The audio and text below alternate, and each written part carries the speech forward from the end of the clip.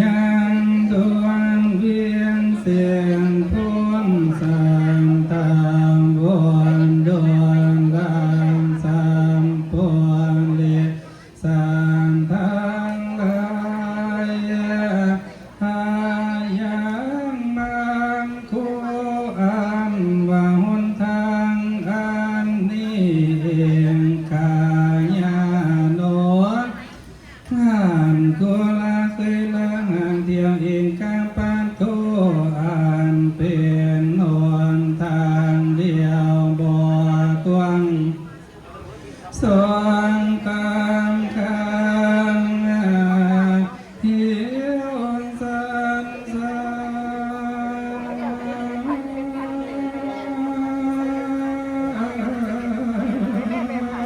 นผู้ปานตามปลายยาเนียนทางไม่มาหาดำยุ่ย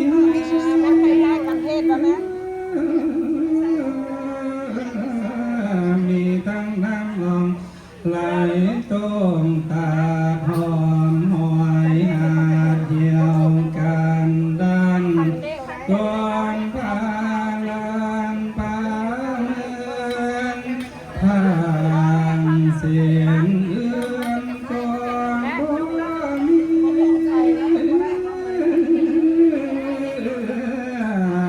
ดอยอันเนียงชื่อว่าดอยจิริยาวงโกอันเป็นหนทางกูเดียวนั้นนอกสามสอนไปมาเมียงกาวังดูลางพายาเนื้อตั้งสามตรงองค์อ่างทำมังสารมังหางปางลักมีกำลังมากไม่ไปใหญ่ไปนานปาลันตาหลวงหวานตามเจ้าทางหลายจงมาเป็นเพียงไอเดียเพียงสา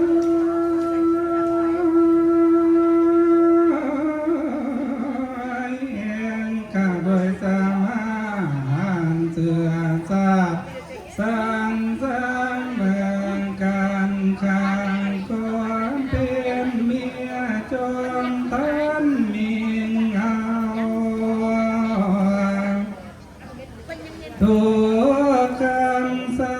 บ่ได้อยู่เดียวได้หาคนควายบ่อมปามาเลี้ยงข้าปิยาลาเจ้าทั้งสามพานมานตาสีสาธุเด้อจนนี่เด้อแถมสมพันธ์แม่นบอกว่าเป็นจนนี่ก็รอดยังแม่นอนุโมทนาสาธุกันเนี่ยแม่บอกไม่งวนบอกสาธุอ้าวเป็นของท่านเที่ยวท่านทีเด้อเนี่ยแม่เห็นมาใกล้สีเดียวแล้วหาแต่ได้สมทานเดียวลามันตาสีตานุกางตาเหมือนดังน้อยนาต้นตาลปฏิบัติเจ้าบันเดียนก็มีเลี้ยงทางต่างกลางจากให้เกินหนึ่งเจียงเจ้าทั้งสามตัวงาให้วายากได้ห่วงตั้งยางเจียนตะวันข้าจะขอสมนา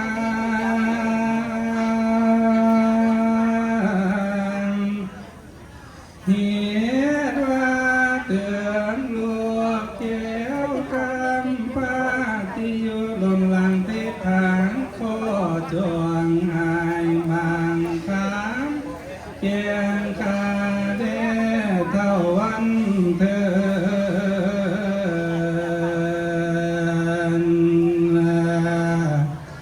ตอนนี้นานก้าว ถึงนางมาสิพายในไปมาฝ่าไม้ใหญ่พร้อมตะวันคำคายมาที่ลานสีเต้าคื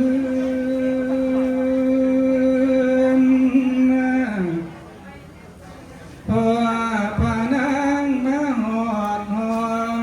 เก่าหอมหอมบนเป็นอ้อมพองแต่มาหอดห้องเขาหน่อยแจงกระจาย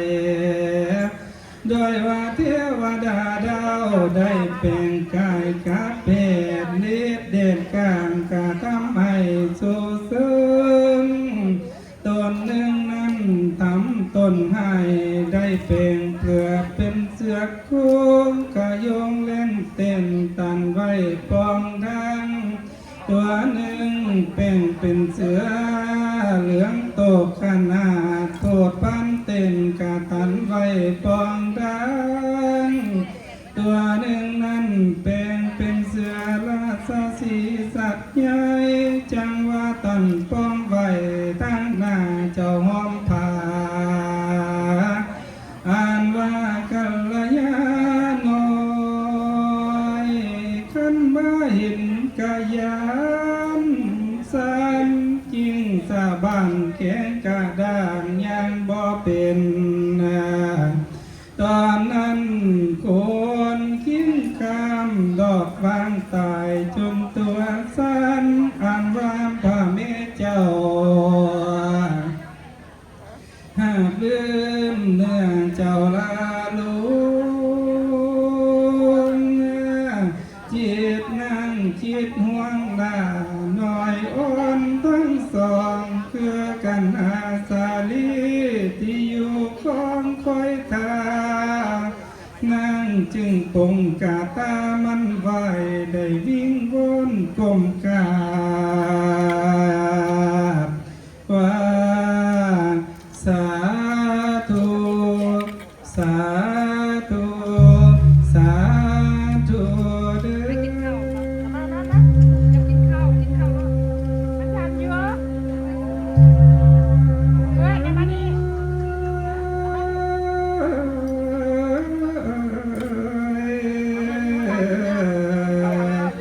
ขอ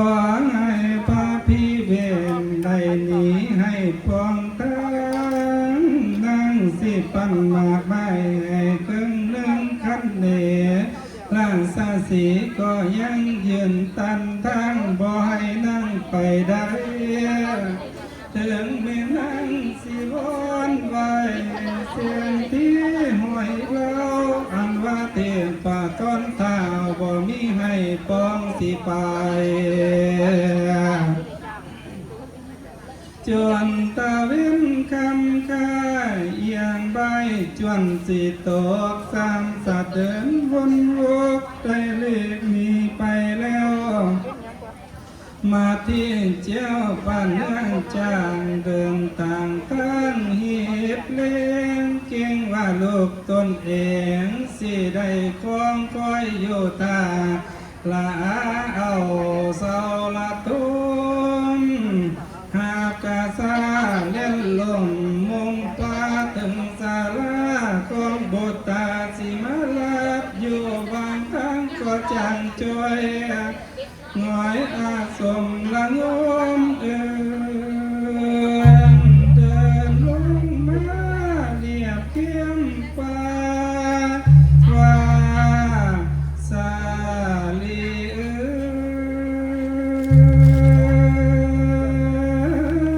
กันหาแม่เจ้ามาหอดแล้วคำนี้เจ้าอยู่ใส่หรือว่าเม่นพวกเจ้าได้กาลีซ้อนหัวสุกดอกคำเอ้ยลูกก็ได้แห้งเย็นมิดกูกเสียงบอกขานตางนางจึงไปทุนไหวทรงพันโพธิลาภว่าพาเวทเอ้ยอันว่าลูกสองคนหน่อยของปล่อยเก่าเล่าหายขอให้พระจงเกือได้วนโปรดปานี ขอให้กูน้ำเพียไปดอกไก่ควนคำแจงอันว่ากุมารน้อยทั้งสองสุนขาเป็นเหตุด้วยอันใดแต่อีดูแต่พวกที่สามเจ้าบ่มีจ่าตันป่าสงบอยู่นิ่งบ่มีเอื้อเอาฟังหันหลังสู่บ่มีจ่าตันปานังตุนหลายสำเราหลายคำกะบ่จ่านางกระโสมนาให้หลายปากกันเต็มเตือนตัวต่อฟ้าได้ก้อยกันเกื่อมกายมัวตานังแข้งขอปานใต้ดอมโศกทั้งคิดถึงลูกน้อยพอปานฟ้าลันเตงนี่ละเนาะมาพี่ถึงเบียนนั่งสิบนไฟเสียงที่หอยเล่าอันว่างข้าเวทเจ้ากะทรงนิ่งอยู่บ่ตีนั้นจึงเฝ้าออกวิ่งแล่นน้ำม้อยดูตามจะปังท้องกะทรงดูหลายครั้งนางจึงดูน้ำมวนเขาคำตะเว้นคำตีนั่งตำต่อยจองตั้งห้องว่าลูกมาว่ากันหาเมนิสาลีเมนิว่าพระเวทโตนั่นก็เลยมิดบอนจาเวทนาตัวดังสิตุกตีมวยว่าพี่เอ้ยสั่งมาทำเว้นคอยหากระบวนหลายเรื่องนาจากนี้จากเมืองหวังเพิ่งเฝ้าผู้ผัวแก้วแต่ผู้เดียวถ้าหากเป็นคำจริงจึงคอยฟันข้อมีอันนั่งกะเพียงเทียนพระองค์ทั้งโลกถ้าน้องทำบ่ถือตอนเส้นตอนจงประหารว่าตอนนั้นพนางแลนน้ำห้อยไหนดงดอยป่าปาโนนใบไปปาโนนกวางยิ้มมาพานมัวมืดมีสัตว์ตื่นเต้นตันทางระวังเขาตอนนั้นเห็นว่าบ่ได้เรื่องกะคืนสู่อาสมหวังสิไปทุ่มทำเพื่อปีสันดอนเจ้าก็เลยบ่จ้าว่าอันใดจักอย่างจังว่าหน้าต่างคันใดก็บ่จางบัดนี้พระเวทได้นั่งน้อยมาที่วิสัญญีสลบตายต่อตาตรงหน้าหมดปัญญาได้ง่วงปานดวงใจสิลุดขาดธาตุและขันธ์สิแตกงานวางติ่มกับปั๊มป้องข้าจับเลี้ยงขันจมใส่ผ้าเน่าตากาสู่สมไหลนองปากกะเปียกเลี้ยนเบาบางว่ามาที่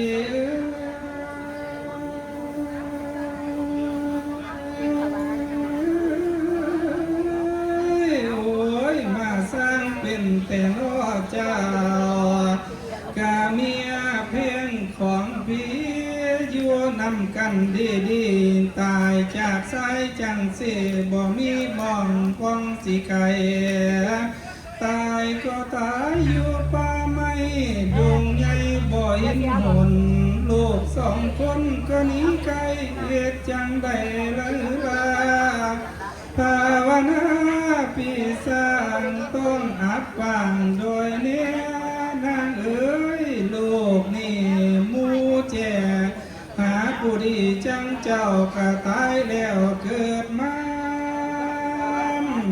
ส สียนพันปีเดเมป้าอยากปันพบป่าศพเห็นยังบ่มีเหลือแดนสีนุ่งขั้นไทยพาเดินไปพนอนเสือเพื่อคอยดงดันปานเจ้าโบจมพอคำนำติดตามอ่อนตอนคำห่อนกะบ่เคยปากจมว่าน้องเอ้ยให้เจ้าตื่นมึนตาคำเอ้ยลูกสองคนปีทั้งไปแล้วเพื่อภาระบาทไทยไปซอยมาจนใจเธอนอกคอยเมียตายไปสอนเลี้ยงมาจนใจแต่นอกคอยเมียตายไปสอนลายนี่บ่นอกเพิ่นว่าหอมสิได้เป็นนายบุหันว่าป่วยท้องจีเต็มที่เยสะอองอางโอ้กูสร้างบ่สมจิตต่างสิวังพึ่งดีละปานข้ามสงสารสะพอเพื่อแม่มาที่ผู้ถือทายมาที่นั่งผัดมาไต่เล่าสำหัวใจเอ้ยโลกนี่หนอสั่งมาเป็นดอกจังเสียอยากมีบ้านที่เราคมพระเวทให้สะอื้นได้โอบเบาขาลิ้นหาจริงจังไปกันมาควงควงเอาเต้าอย่างวนไปวนมาได้นั่งทรงพระองค์เตี้ยเกิดขึ้นมาดวงอัดทั้งสี่พอได้ดอกหัวล้มเลี้ยวไปทางที่ใต้กาเป็นป่าดงหัวตาเว้นโตกาภูเขาบ่มีเป่าเป็นเมืองเจติดเหนือเบียปากยุงต้นสนละวันจุงเมื่อมูติดเป็นเพื่อนบ่อสอดแจงห้องลมบ่อพัดวีขึ้นถึงผู้ผัดหินนกกังกีมันเคียงกูเจียดูดังมีความสุขถูกไปบ่มาตอนคือว่ากุมหัวไว้เบิ่งมากหัวใจปัดเฮืองมาหอดบาดนี้มาที่ลาชนเกินมา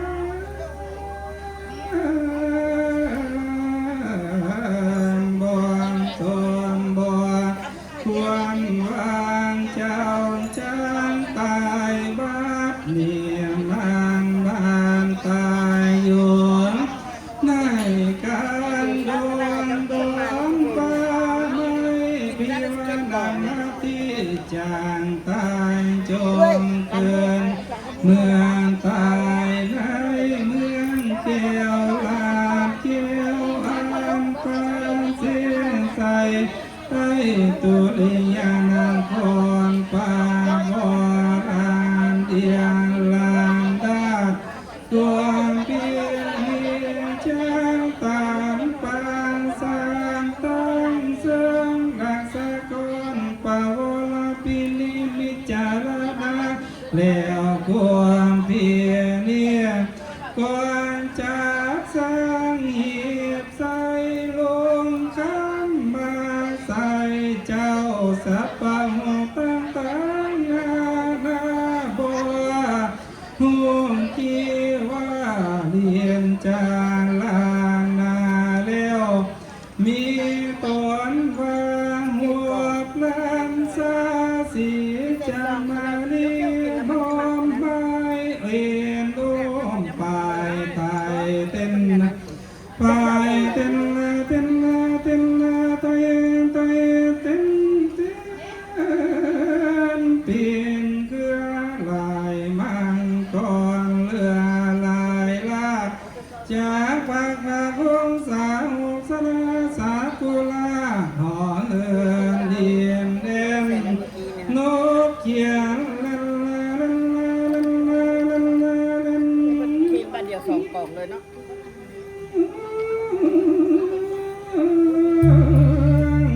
มีทั้งหัวบางสาดีเนืองกอลาเวกน้องแกงเต่าเปืองเขียวสีกินนาลีกินนาล้นบางก่อนกวงกวงปางเตือนต้นบัวแล้วไม่สมการเมียลายเส้นสิ่งผางแต่หัวนาคเลนางเกียเลหันสาเดียเพียนเสียงสร้างพระสะบังนามุเสือสิงมีทั้งหัวบินเตียงผัวยิงอันงามเยี่ยมเยี่ยมเยี่ยมเยี่ยมมีทั้งสายจวบแก้มเยี่ยมเยี่ยมเร็วปาใจสมสมเสีย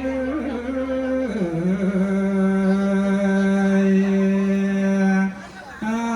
ละมาที่กันทีหนึ่งก็จบเพียงเท่านี้พาวันคอ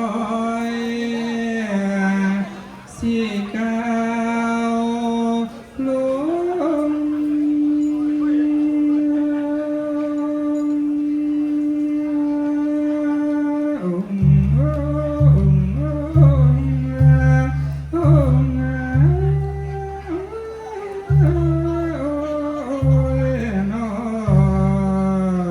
สาธุ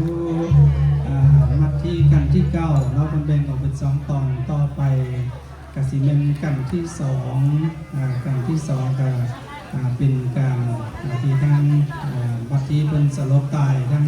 กสิเดฟื้นคืนขึ้นมาโดยทางพระอาจารย์มหาคำนี้จากเมืองพิสเบิร์กจะได้มาแสดงในมาที่กันนี้ The merit from listening the Mati chapter or chapter 9 according to Mahachat Bunpavet traditional is that the people who listen with the faith and receive the blessings, warm and happy family, and we have the good husband and wife, and good children and respect from the parents, and happiness and successful of the life. Next, Ajahn Kamani from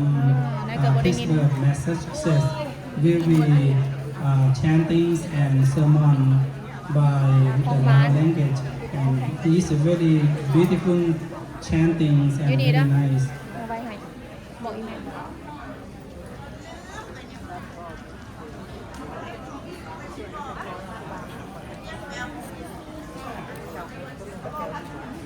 แล้วเดียวกัน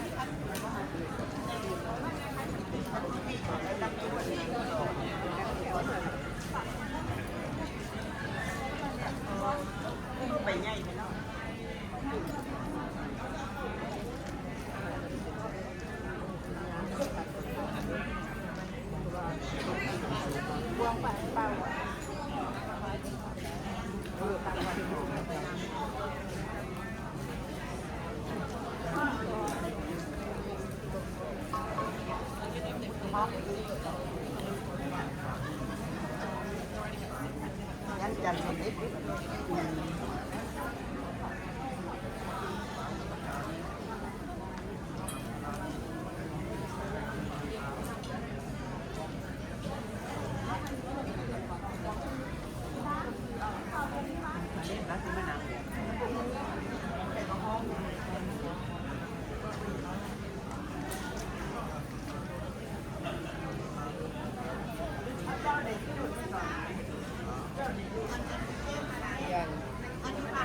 มันจะออกหนอกง่ายขนาดใหญ่นี่คือแบบว่าแยกเมื่อไรเขา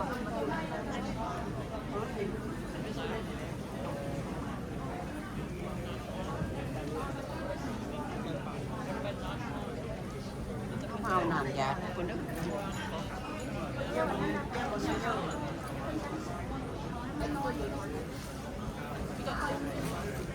คนเดียว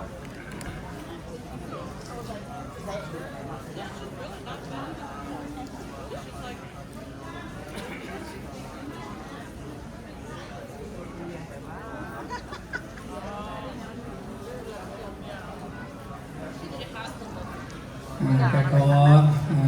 เจริญพรญาติโยมได้รับประทานอาหาร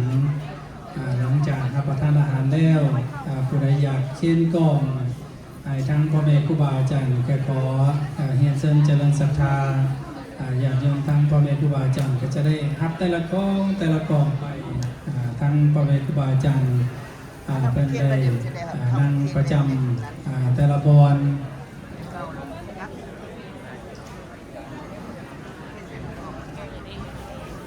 ก็ถือว่าอนุโมทนาสาธุกันครับนำจิตนำใจของญาติโยมพ่อแม่พี่น้องมาจากบันเหนือบันไกลมีเจตนาได้ตั้งกองบุญขึ้นทั้ง30 กว่ากองโยมพ่อโยมแม่ของเฮาเพื่ออุทิศบุญกุศลไปหาผู้วายชนผู้ละจากโลกนี้ไปสู่โลกหน้าโดยบ่หวนกลับขึ้นมาเดือไว้แต่คุณงามและความดีศรัทธาพ่อแม่พี่น้องออกตนอย่างยุ่งพุทธบริษัททั้งหลายขอให้บุญที่ญาติโยมได้กระทำว่าจะเป็นเจ้าภาพกองบุญเจ้าภาพกันเทศเจ้าภาพต้นกระพือกันสมโพธิก็ขอให้ได้เป็นสิ่งที่ดีงามในชีวิตเป็นปรารถนาสิ่งใดขอให้ได้สิ่งนั้นสมดังมโนหวังอันว่าโพยไพสังอย่าได้มีมาต้องขอให้ญาติโยมได้หับแต่พรศีลพรธรรมพรบารมี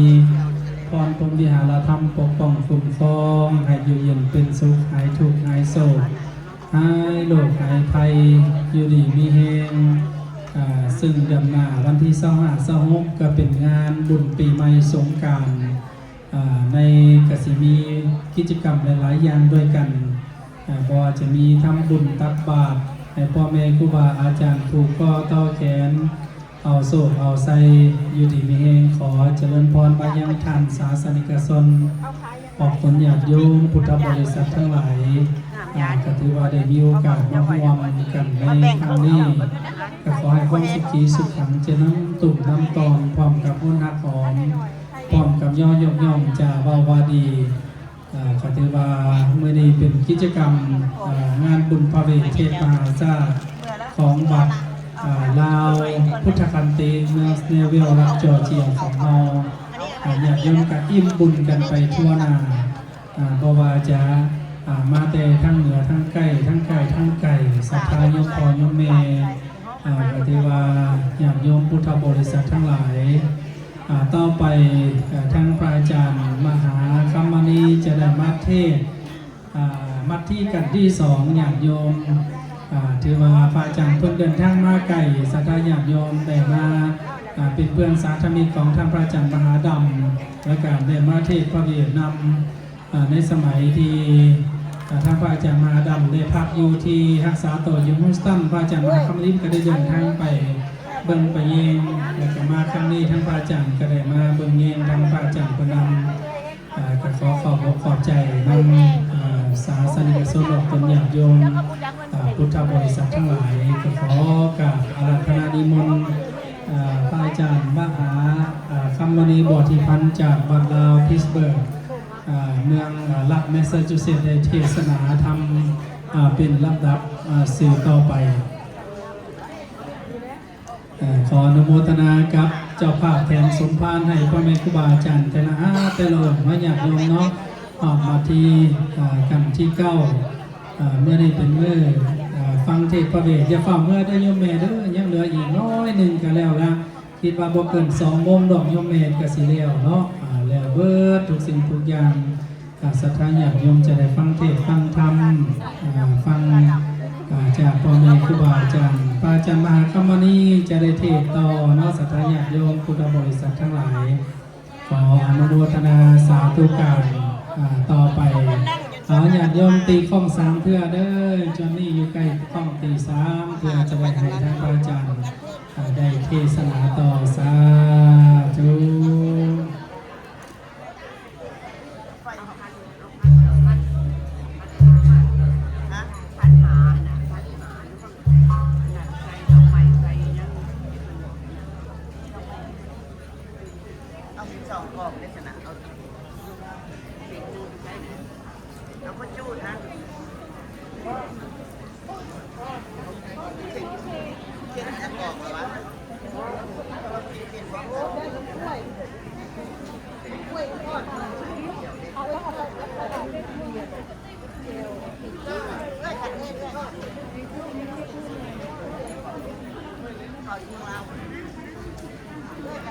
อีเมลมีโซ่เหรอ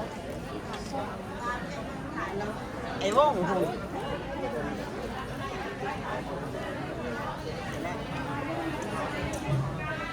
เอามัน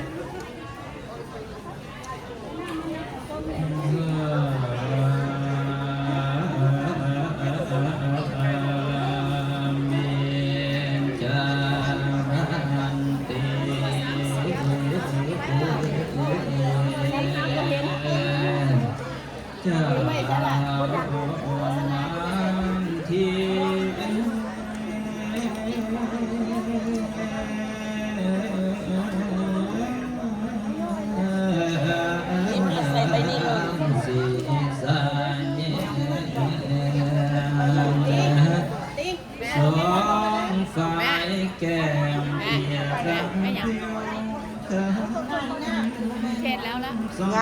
ตาดีดูปอดสองแก้มสองสวยเอาให้ อันนี้นะ เพื่อนเมื่อใส่สา อันนี้ของใคร เนื้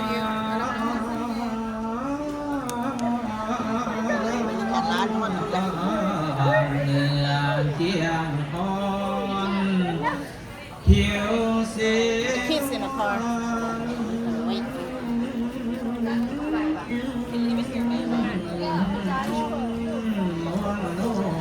ลักษณะดีดวงตาเพื่อนดูเท่ามาธมามีกาสา ในการกินสองสมอง ตาเดินหาส่องสิไว้บอนมองให้อยู่เวียบ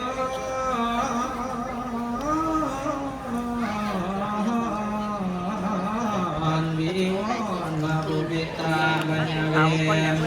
สานดอนเจ้าพี่กู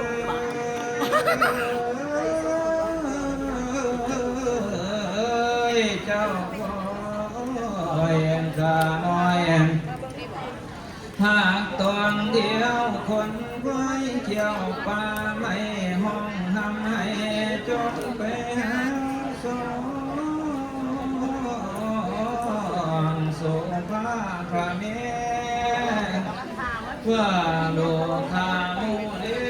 ทุกแห่งแรงเคลื่อนน้ำทุกอาหารห่มใหม่ทุกแรงลายแห่งคนไทยทุกเที่ยวให้เตือนทำเยาวานแก้วบทตาเมนีหักตาตกลงน้ำแม่ก็คอยลง พอเราบังไม่ตู้เขาอย่างนี้ขอโทษนะ เพียงว่าตาย โอเคได้ละ ตกต้มแม่ก็ลงห้องเลี้ยงคันนอนว่าได้ยันแก้วบุตตาแม่ก็คอยทำไปแม่ก็คอยทำมา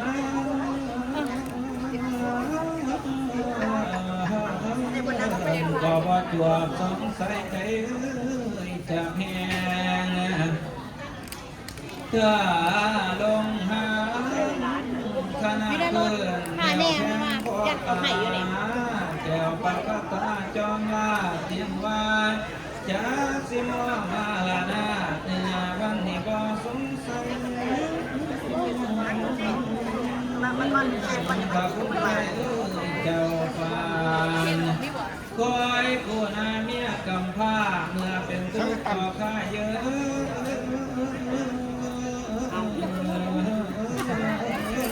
ดีเจียอันวาง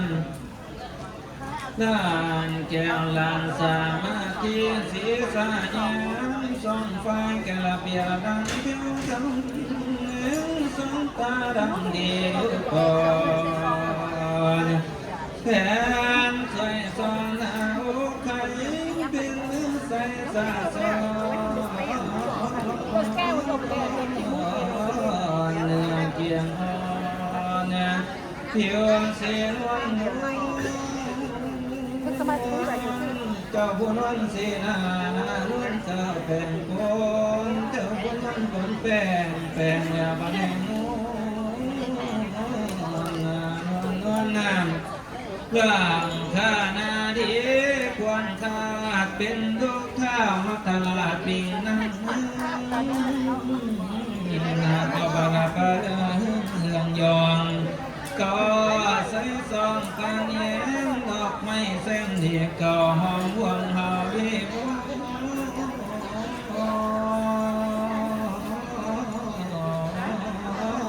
ใจเมื่อนางตัวนี้แกว่งเข้มไปเอื้อเอื้อเครื่องเงินดังเราทิ้งกลมหวานอ่อนกินนาดีกินร้อนมีองศาสมภารเป็นเจ้าสางคงไปอังใจจงกับใครหาน้ำก็โยกแก้มคืนให้สะเอื้อนให้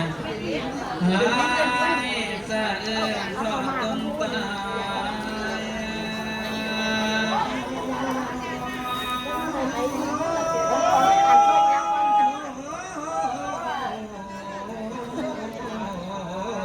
ายตาลองสายใต้ต่อหน้าพระเจ้าฟ้าพอดิ้งตัวก่อนอัตถาในกาลนานบ้านพระมหาสัจเจ้าก็จริงกล่าวว่ามาเทีย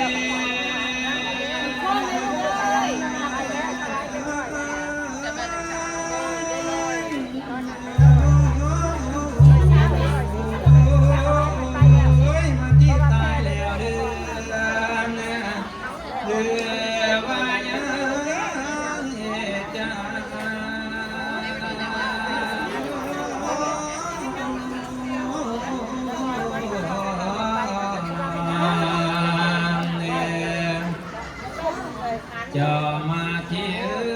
ยมาบ่สมบ่ควรพระเจ้าจักตายบัดนี้นางมาตายอยู่ในกลางดงดอนมาไม่พี่ว่าน้อ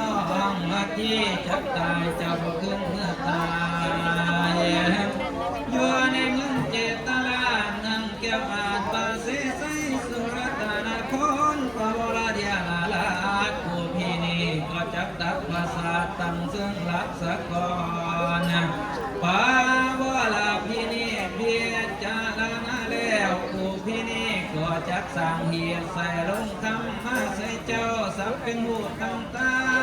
งๆนะ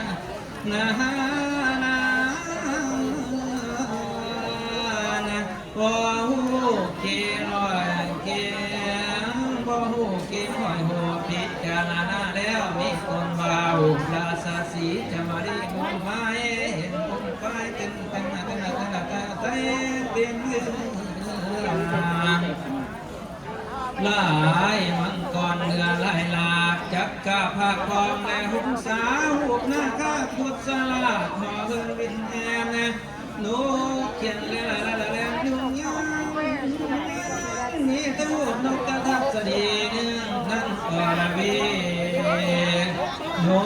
กแขกเต้าเพื่อนปีกเขียวเสียกินนาดีกินนาร้อนนั่งก่อนกวางตื่นดวงป่าตื่นตอนบ่อนแล้วไม้สมกันมีหลายสันเสือผ้าแต่ผูกนาคแต่นาคีผูกหัดที่อินทรีย์และสังมาสาพังนามัวเสือเสียงนี้ตั้งลูกอิดเย็นไปอีกแล้ว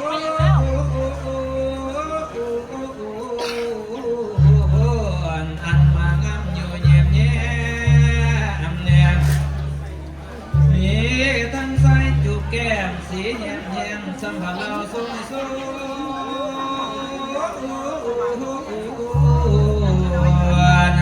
ส่งเสียง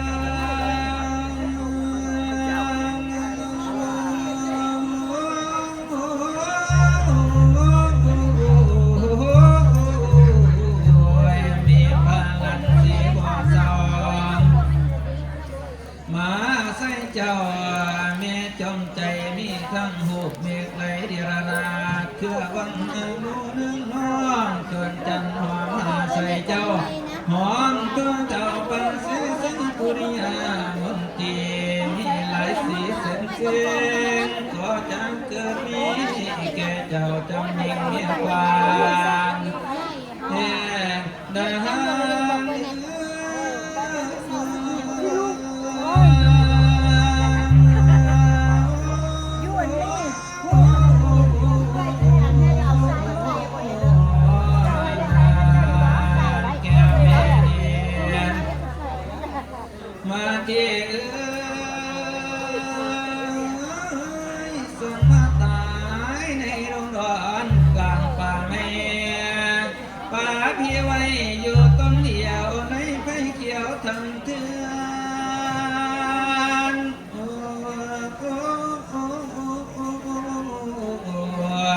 กัว นี่เคยเห็นแหละ โอ้ยหากผู้มาเพื่อนพ่อเป็นเพื่อนก็บ่มีกวงพี่นี่ก็จะปองเข่าใส่ให้ลุงจักว่ามีคนใดเดียว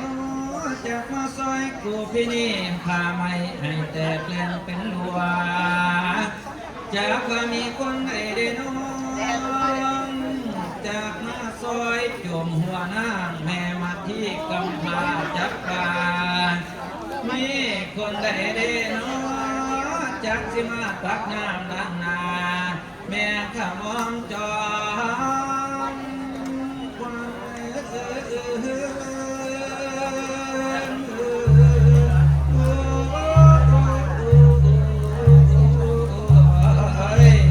พี่นี่กำลังวางจากวังเจ้าไว้ในรับพลันดินนาอยู่ก็พี่นี่แต่เอาหัวเข่าเสร็จน้ำตาดา